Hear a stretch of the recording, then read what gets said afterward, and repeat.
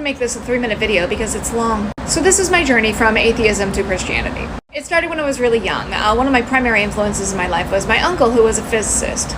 And he and I had great conversations, great big scientific conversations, starting from when I was really young. And he always taught me how to find answers. And at the same time, I went to 12 years of Catholic school. So I was asking a lot of questions there about faith, like how does this all work together? What does this mean? What does the Bible say about this? And the answers I kept getting there were because I said so, because the Bible says so, or because the Catechism says so. And those were not satisfying answers to me. I wanted real answers. Nobody was talking about historical facts or anything. It was just because that's what it says and we believe. And that annoyed me.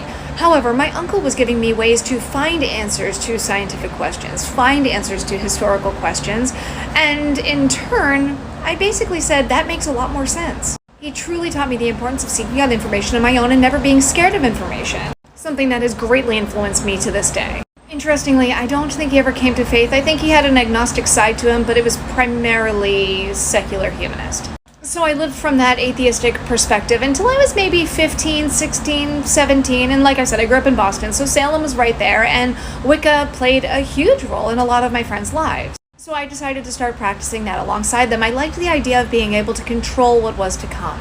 The one part that I didn't like about atheism was that it was both freeing, but almost felt too free. Like I could do anything I want without repercussions, except at the same time I knew there were repercussions, and I couldn't align those two things in my brain. I just kept feeling like that wasn't the right answer. So at that point, I was pretty much agnostic and also practicing Wicca. I had a very scary near-death experience when I was 19. And I woke up from that experience knowing that I needed to find out who God was. I can't explain it to you, I can't understand it myself, I still think about it and go, I don't understand how any of that happened, but I knew that I needed to move from Boston.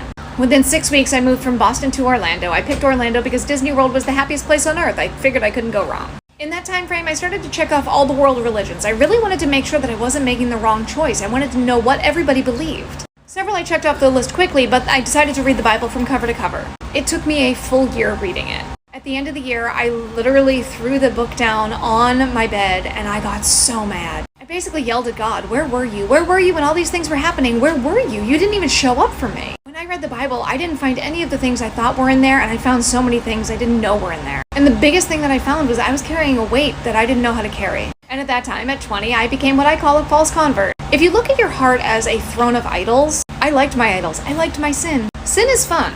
So I was willing to keep sin on there and just throw Jesus on there as like fire insurance. Until I was 26. When I was 26, I was reading a book and I understood for the first time the weight of my sin. So much so that I felt it. I tried to shake it off. And I said, God, please take it.